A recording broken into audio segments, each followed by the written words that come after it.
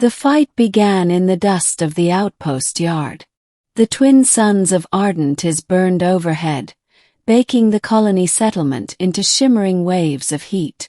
I had stripped my jacket off long ago, the synthetic fabric lying in the dirt beside me.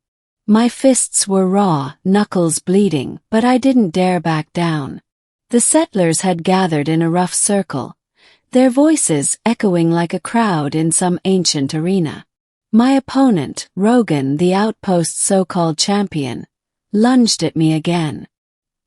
He was broader, heavier, trained in exosuit combat. But today he had no armor, no weapons, only his bulk and a mean streak that made him think he was invincible. And yet, here I was, a Terran supply runner, ducking his blows, striking when I could. I hadn't planned on fighting today. I had come only to deliver parts for the colony's failing water purifiers. But when I'd seen Rogan harassing the settlers, forcing a young boy to fight for his amusement, I'd stepped in. And stepping in meant fists, because Rogan respected nothing else. By the fourth round of punches, sweat ran into my eyes. Rogan grinned, sure he'd crush me soon. I clenched my fists, breathing deep. That's when I heard her voice for the first time. From the crowd, a sharp gasp broke through the noise. A woman's tone, low and melodic, carried strangely far in the thin Ardent air. Human, you fight like the stories say. Bare-handed, unyielding. I didn't see her face then, but the words lit a fire inside me. I ducked, drove a fist into Rogan's gut, and for the first time the big man stumbled. The crowd roared. Moments later I had him down in the dirt, my knee pressing his chest. His fist pinned uselessly to the ground. He coughed, spat, and surrendered. Silence fell, then cheers rose.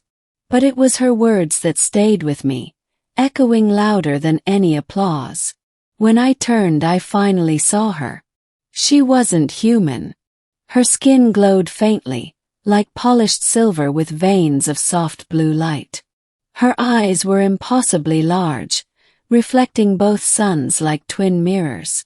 She wore a long draping garment of woven crystal fibers, shimmering with every movement. She was watching me intently, her lips curved in something like wonder. And then she said it, clear enough for everyone to hear. I wish you were my husband. The crowd gasped, half in laughter, half in shock. I froze, still kneeling on Rogan. I didn't know whether to laugh, bow, or run. But the alien woman's gaze didn't waver. She was deadly serious. Middle. Later I learned her name. She was Serenia of the Lyrathi, emissary from one of the most powerful alien clans in this sector. The settlers whispered that her people were warriors, bonded through strength, loyalty, and honor. To them, combat wasn't brutality, it was truth revealed. And when Serenia saw me fight bare-handed, she believed she had seen truth in me. I didn't see it that way. To me, I was just a courier who got unlucky enough to cross paths with a bully. But she insisted. You fought without fear, she told me that night, after the outpost feast where everyone insisted on celebrating Rogan's defeat. You fought without weapons, when weapons would have made it easier. You bled for strangers. That is what the Lyrathi call a husband's spirit. I nearly choked on the roasted grain I was eating. Husband's spirit. I think you're mistaken. I'm not exactly marriage material. Her silver eyes narrowed slightly, like stars behind a veil. Do you reject the bond one offer? The way she said it, direct, weighty, as if it weren't just words but an oath, sent a chill down my spine.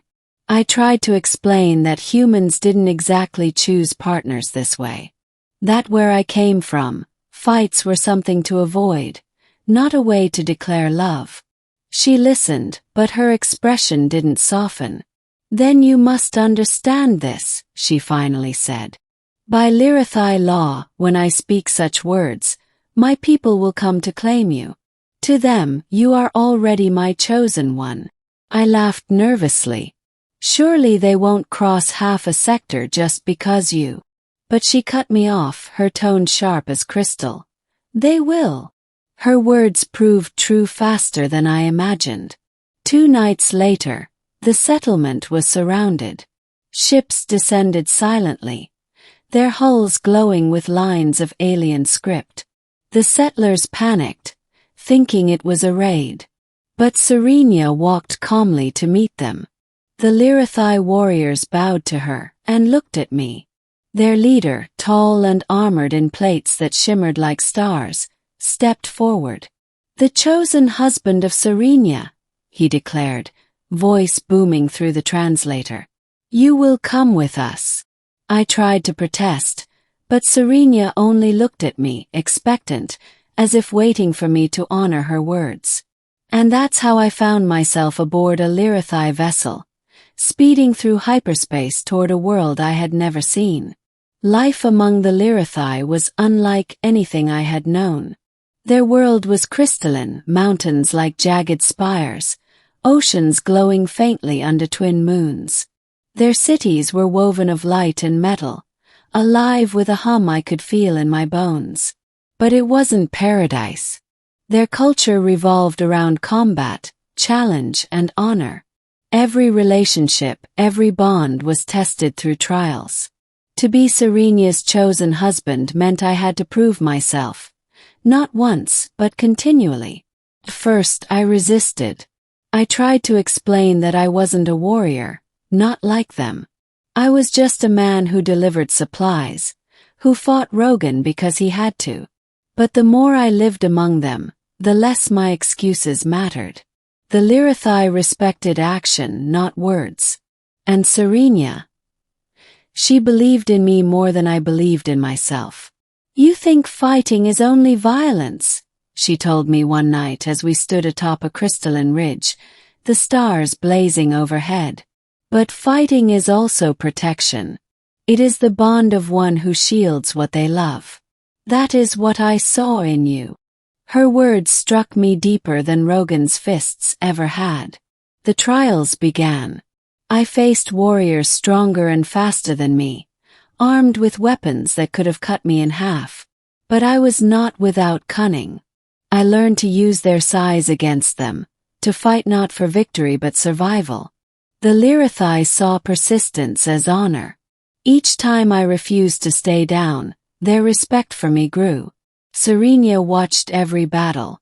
She never interfered, never coddled me, but her eyes followed me like twin suns, burning away my doubts. And slowly, impossibly, I began to change.